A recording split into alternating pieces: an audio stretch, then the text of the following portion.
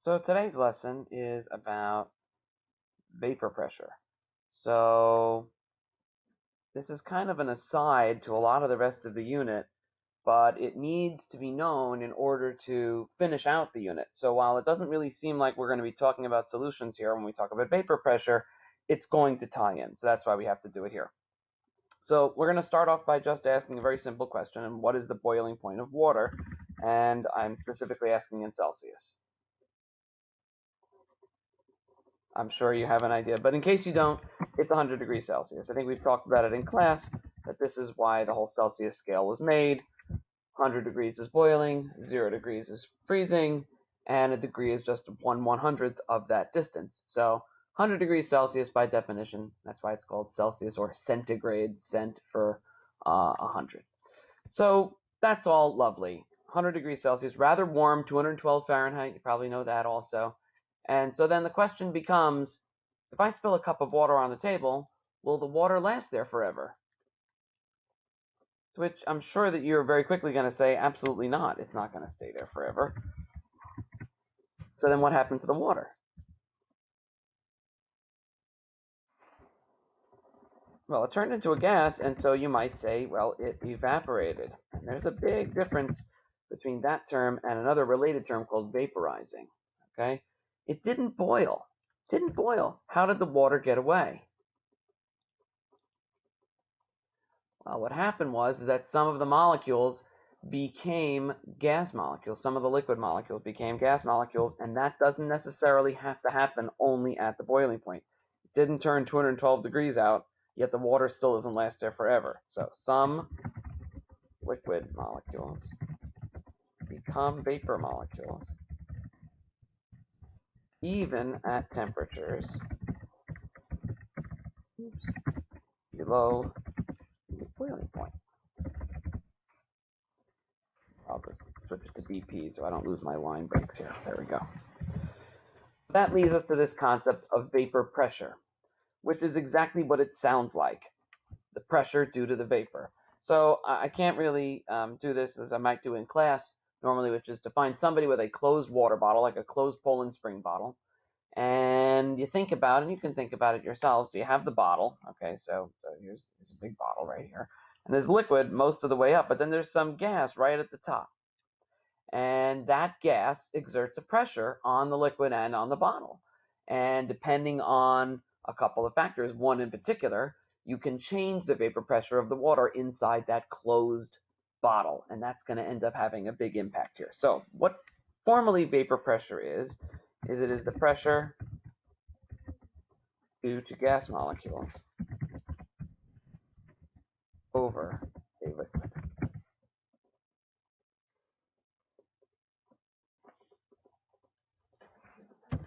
So if a liquid has a high vapor pressure, its gas form is exerting more pressure. The only way that it can exert more pressure, if you think back to PV equals nRT, okay, you can write this, you don't have to. I'm going to write it in here just so that we can talk about it for a second. How are pressure and moles related? They're directly related, right? Because as the pressure goes up, the moles have to go up. If you leave the volume and the temperature the same, the only way to get more pressure is to have more moles or more molecules of that thing. So if there's more vapor pressure, that means that there are indeed more molecules of gas. So if there are more molecules of gas, and that means you have a higher vapor pressure, does that mean they evaporate faster or slower than liquids with lower vapor pressures? Let me say that one more time. If the liquid has higher vapor pressure, meaning that there's more gas around at a certain temperature, does that mean it's going to evaporate faster or slower than a liquid with a lower vapor pressure? And that's part of your homework. You got to fill in that blank. With all that in mind, I also want you to think of anything in your life that you might be able to come up with that has a higher vapor pressure than water.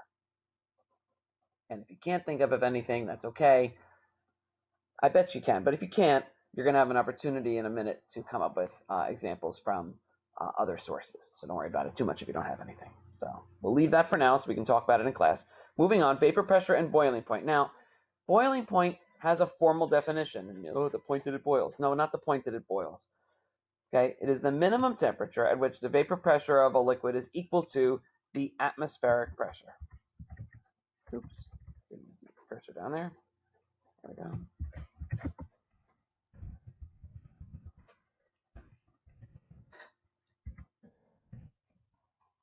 Okay. Oop, my battery's running low, but we're going to push through. Here we go. So anyway, that implies that the atmosphere is pushing down on the liquid as fast as the gas is kind of pushing up, which is why the bubbles finally start to rise at that point, because that's when the force due to the atmosphere and the vapor kind of equal each other out. So as temperature increases, what happens to the vapor pressure? Remembering that the vapor pressure pushes up more than the atmosphere at the boiling point. As temperature increases, what happens to the vapor pressure of a liquid?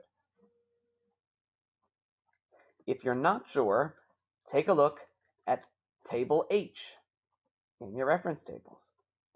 And here it is a vapor pressure of 4 liquids. There's water. Here's ethanol. Propanone, that's actually the stuff in nail polish remover, also known as acetone.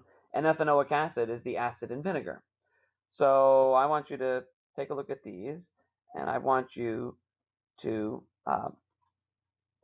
look at any, maybe now you can look at any substance and figure out at a given temperature, and here's temperature on the x-axis, and see any material besides water that has a higher vapor pressure than water at a given temperature. Now, if you have to go back and write it in your notes, you can.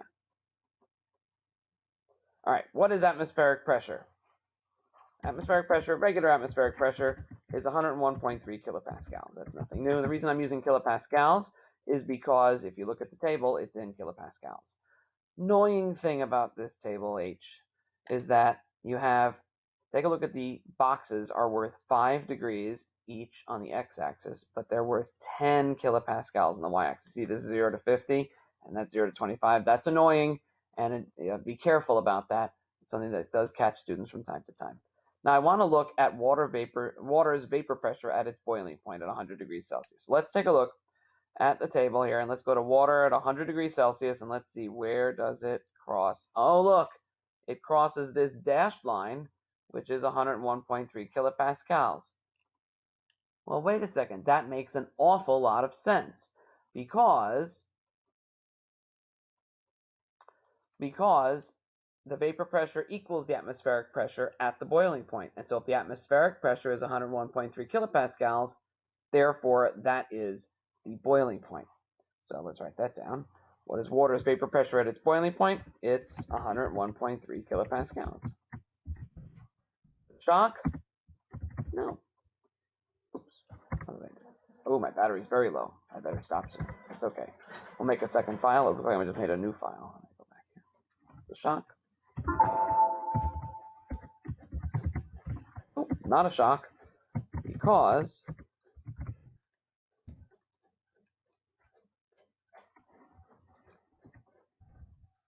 atmospheric pressure equals vapor pressure at, this is the boiling point. So, a few things left I want you to do as I look over here and see that I have 6 minutes left. Name one compound on the table that has a higher vapor pressure than water. That's homework. Name one compound that has a lower vapor pressure than water. Another piece of homework. If I were on top of Mount Everest, which has an atmospheric pressure of only 30 kilopascals, what would water's boiling point be? Well, let's take a look at that one. That means that atmosphere is only 30 kilopascals. I go to water right there. That's only 70 degrees Celsius. Think about that. You could actually boil water at 70 degrees Celsius. It's a huge difference. It has big implications we'll talk about in class. All right, I'm going to stop the recording now so I don't get bumped off here, and we'll come back.